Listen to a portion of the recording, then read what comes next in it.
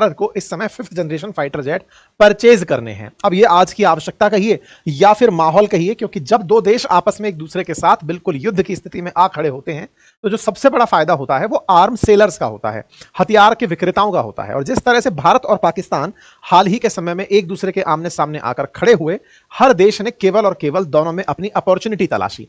देश फिर चाहे हमारे मित्र हो चाहे शत्रु हो, या तो हमको या हमारे दुश्मन को वेपन बेचने का मौका तलाश रहे थे। 5th जनरेशन फाइटर जेट आज के समय की नीड है और ऐसे में हमारा मित्र पुतिन जो रूस जो है वो सुखोई 57 जैसा 5th जनरेशन फाइटर जेट रखता है। भारत के प्रति जिस तरह का इनके मन में भाव है उसकी तरह ही ये भारत के साथ व्यवहार के रूप में 5th जनरेशन फाइटर जेट देना चाहते हैं। वहीं दूसरी ओर ट्रंप, जो कि भारत के लिए चाहे जैसी भी बात करते हो लेकिन व्यापारी की भूमिका में जब आते हैं, तब ये भी अपनी तरफ से F-35 भारत को बेचने का प्लान करते हैं।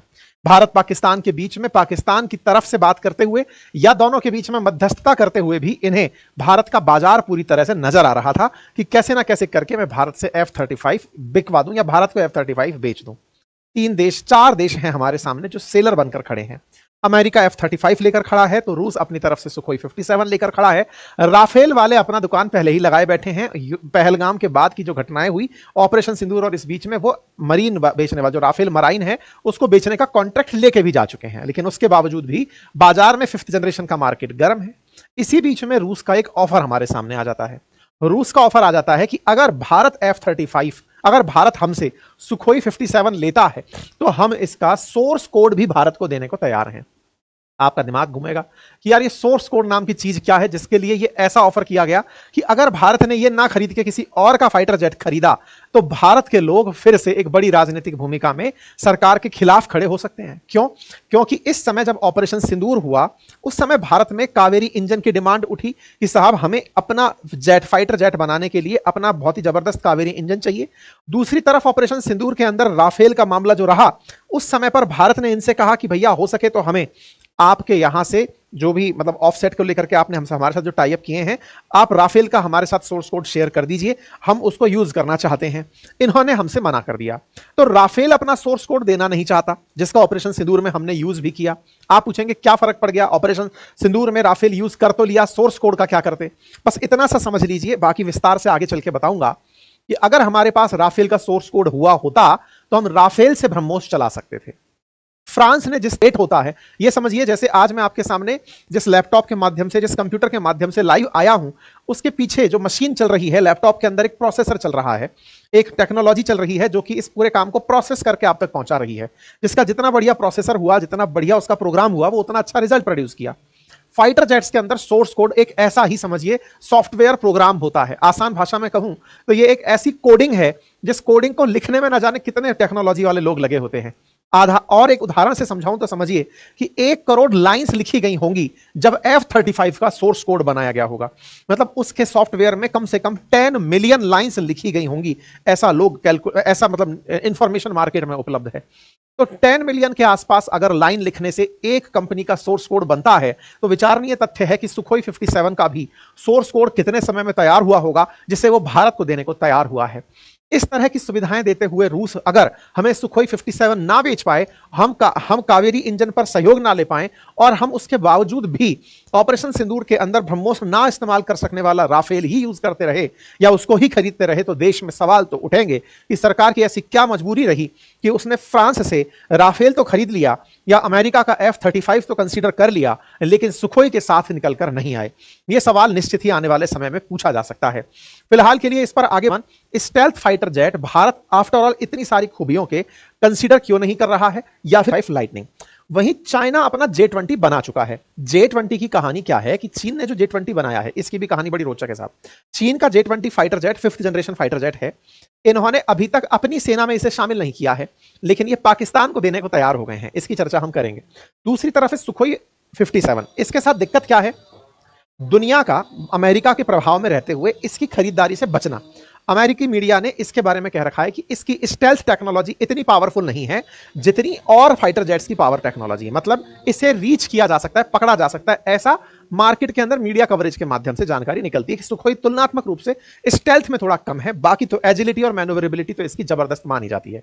खैर, सुखोई की अपनी विशेषताएं हैं और इन विशेषताओं में रूस के द्वारा ये जो हमारे सामने ट्रंप कार्ड चला गया है, ये असल में चला ट्रंप के कारण ही गया है।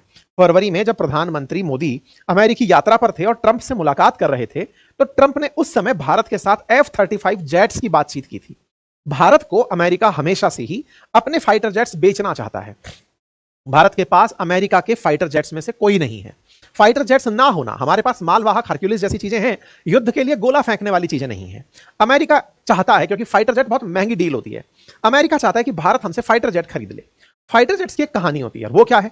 एक बार जिससे आपने फाइटर जेट ले लिया, आपको उस देश पर निर्भर होना पड़ता है। मतलब ये ऐसा है कि ये माल ले लिया तो अब आपको डिपेंडेंट रहना पड़ेगा कि आपने 50 ले लिए तो अगले बार के लिए फिर आपको सर्विसेज भी उसी से लेनी है, उसके ऑपरेशंस भी उसी से लेना है। मतलब निर्भरता बढ़ जाती है। ये जैसे गाड़ी खरीदने के बाद चीजें खत्म नहीं हो जाती, सर्विस सेंटर से आपको व्यवहार रखना पड़ता है, वैसे ही फाइटर जेट के साथ होता है। फाइटर जेट ले लिया तो उस देश के साथ आपको फिर फ्यूचर के संबंध रखने पड़ते हैं। ठीक है साहब, अमेरिका हमारे साथ F-35 के लिए लगा रहा। अमेरिका का F-35 भारत के एयर शो में भी प्रेजेंट हुआ। बेंगलुरु के अंदर हमारा एक एयर शो होता है जिसको एरो इंडिया नाम दिया गया। उसमें हम लोगों ने बुलाया दुनिया के बढ़िया फाइटर जेट्स कि जिनको बेचना है चले आओ। इसमें अमेरिका ने F-35 भेजा और रूस ने सुखोई भी भेजा। राफेल वाफेल ये सब आकर खड़े हुए, दोनों ने अपने अपने करतब दिखाए। उन करतब में सुखोई उस समय लोगों का ध्यान इसलिए खींच गया क्योंकि साहब रूस ने इसे सबसे सस्ता ऑफर कर दिया कि मैं सबसे सस्ता आप लोगों को सुखोई 57 देने को तैयार हूं। अच्छा, इतना उत्साहित क्यों है रूस? क्योंकि इसे पता है कि भारत उसका पुराना क्लाइंट है। अगर ये निकल गया तो आने वाले समय में सर्विस सेंटर बंद हो जाएंगे, मतलब भारत हमसे और नहीं खरीदेगा। तो इसको अपनी तरफ से मार्केट के अंदर तो रीच चाहिए ही चाहिए। और अभी भारत पाकिस्तान के हॉस्टाइल सिचुएशंस में इन्हें चाहिए कि भारत अगर तत्काल प्रभाव से हमें खरीद लेता है तो हमारे लिए एक बहुत अच्छा ब्रॉड रीजन निकल कर आ जाएगा कि हां, भारत के साथ लंबा रिश्ता आगे आने वाले समय के लिए भी जुड़ गया है। खैर, इस बीच में ये हम लोगों को ये ऑफर करते करते आगे निकलते हैं और कहते हैं कि आपको हम अतिरिक्त रूप से सोर्स कोड भी दे सकते हैं। अब आप पूछेंगे, फरवरी में एरो शो हुआ था, इसके बाद में अचानक ये खबर आ कहां से गई? ये कह रहे हैं कि हम भारत को अपनी तरफ से सोर्स कोड भी दे सकते हैं। 3 महीने बाद ये बात अचानक क्यों आई? इसके पीछे की कहानी क्या है? पीछे की कहानी बड़ी इंटरेस्टिंग है। इंटरेस्टिंग क्या है? जब भारत और पाकिस्तान के बीच ऑपरेशन सिंदूर की ये जो कहानी चल रही थी, पहलगाम और उसके बाद भारत का ऑपरेशन सिंदूर, उस समय दोनों ही देशों ने अपनी तरफ से अपनी सुरक्षा व्यवस्थाओं का मुआयना करना शुरू किया कि हमें क्या चाहिए और हमें किस तरह से अपने आप को और अपडेट करना है। राफेल की जरूरत भी हमें महसूस हुई कि भाई राफेल हमें और चाहिए होंगे अगर हमको आगे से दोनों फ्रंट पर लड़ना है। जिस तरह से पाकिस्तान के साथ आकर के रूस खड़ा हो गया, अगर हमें पाकिस्तान के साथ खड़ा होकर के चीन जैसे खड़ा हो गया, ऐसे अगर तरह से हमें अपना राफेल बेचा है, सेटिंग उसके सॉफ्टवेयर की ऐसी है जैसे आईफोन के अंदर वही एप्लीकेशन चल सकते हैं जिन्हें एप्पल अपने द्वारा ऑथराइज करता है, ये एंड्रॉइड की तरह नहीं होते। वहीं दूसरी ओर रूस अपने फाइटर जेट को एंड्रॉइड की तरह बनाकर दे रहा है कि आप अगर हमसे सोर्स कोड लेते हैं तो आप ब्रह्मोस को भी हमारे फाइटर जेट से दाग सकते हैं। ब्रह्मोस दुनिया की सबसे बेहतरीन क्रूज मिसाइल है। राफेल दुनिया का 4.5 जनरेशन का फाइटर जेट है।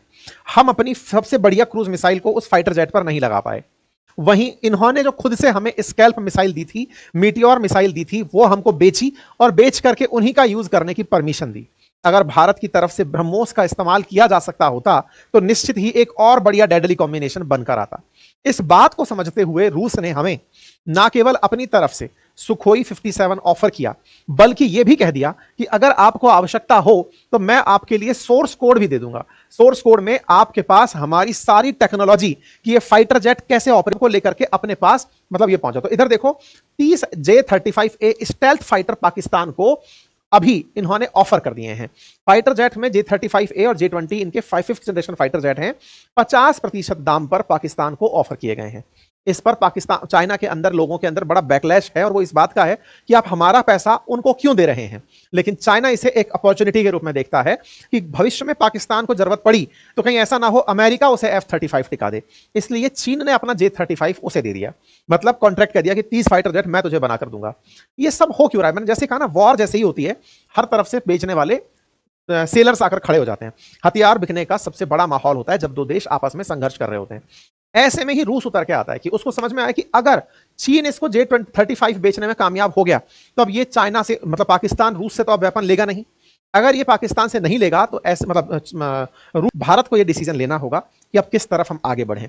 डिफेंस के सेक्टर में ये बहुत बड़ा कॉल होगा। जब हमारे वायुसेना के जो अध्यक्ष हैं उनसे पूछा गया कि क्या हम लोग सुखोई लेने जा वो F-35 लेने जा रहे हैं, तो उन्होंने एक बहुत अच्छा स्टेटमेंट दिया था और वो कहा था कि ये कोई हम वॉशिंग मशीन खरीदने नहीं जा रहे हैं कि गए और परचेज कर लाए। बहुत सारी चीजें हमें उसके बारे में विचारनी होंगी कि हमारे लिए क्या बेहतर है। खैर जो भी बेहतर हो, रूस का ऑफर हमारे सामने है। बाकी आपको क्या लगता है, कमेंट बॉक्स में अपनी राय जरूर रखें। फिलहाल के लिए इतना ही। चैनल पर नए हैं तो सब्सक्राइब कर लें। बहुत बहुत धन्यवाद।